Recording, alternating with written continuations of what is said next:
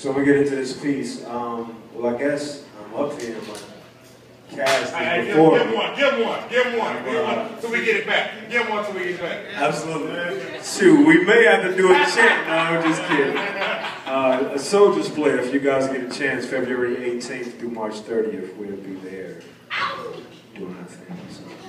I need some laid-back energy, and it comes in two forms. I hope you guys remember how to do this. It comes in two forms. When I say peace, I need you all to respond peace. When I say peace one more time, you all to hold it and say peace. Peace, y'all. Peace. Peace, y'all. Peace. Now that is what I'm talking about. So I still want to kind of stay in the vein of crime scene, but kind of the reverse in a sense where there's some love. I mean, when these tragic things happen, it happens to some of our loved ones, be it our daughters, be it our sons. So I have a love concept coming for you guys now. The most beautiful sight I have ever seen has come in the form of a child.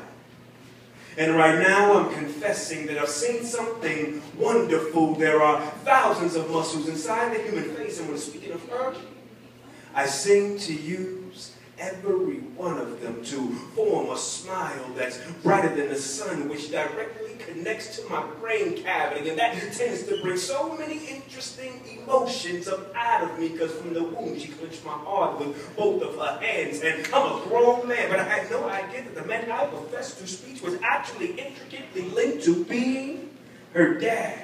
Because the innocence of her voice makes me want to knock the world off its axis if it has to stand in her way. Give her life with all that I know is right, so the negative things surrounding her life will never lead her astray. Have I amassed enough insight to direct her to better days? Have I even given myself permission to fail as a parent, but plan to come back stronger the very next day? Because I know my challenge is great, but it's surmountable. Just continue to be led by the heavens above, and by all means remain accountable to a life that depends on me for its survival. This thriving soul for which I'm pleasurably liable. See, I have no cultural rituals, but when I think of her someday becoming a woman, I ain't gonna lie, I get all tribal.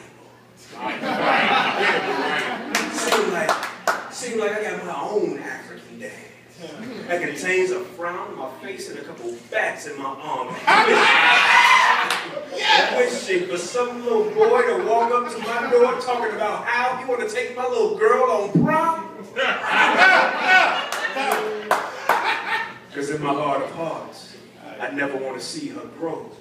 And I wish that I could talk to time and say, hey man, take it real slow because I got work to do and I got joy to bask in. Now, can she remain under 10 years old for over 35 years? And really that's all that I'm asking, but I do want to know her as an adult as she seeks to find her place in this world. And yes, I know she'll always need guidance from her pops. There are all sorts of things that cease to exist in this world, but true love never stops. It goes beyond the realms of comprehension and scientific facts. And a million scientists dangling from a chain of my heart will never discover that as long as blood comes to my heart's chambers and its ventricles, as long as tiny electrical impulses shot various thoughts inside my mind, I'll know that I've captured within a few short years what most don't find in a lifetime, and my words only want to stand my true feelings, because really I don't have the intellectual prowess to express it, but the value of my life submits to his power, behooving me while I exist on this earth, never to suppress it, because maybe I could get someone to feel how I feel.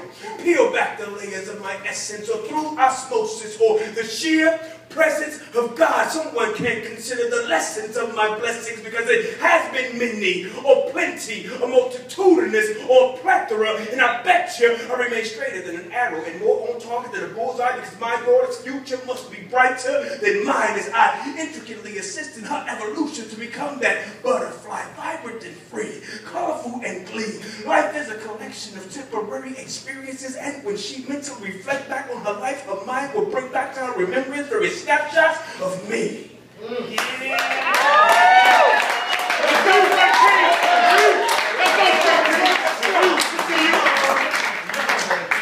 And I want her to hold me near.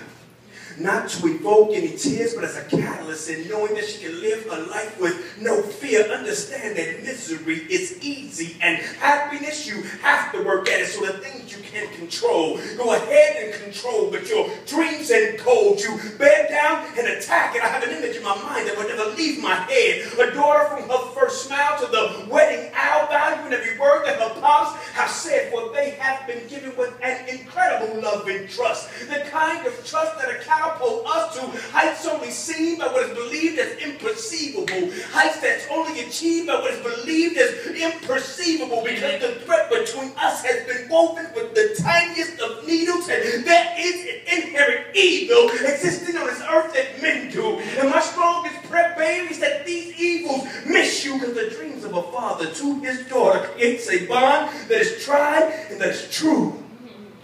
Where my measure as a dad on this earth is realized through my joyful cries and all the love I have infused in you.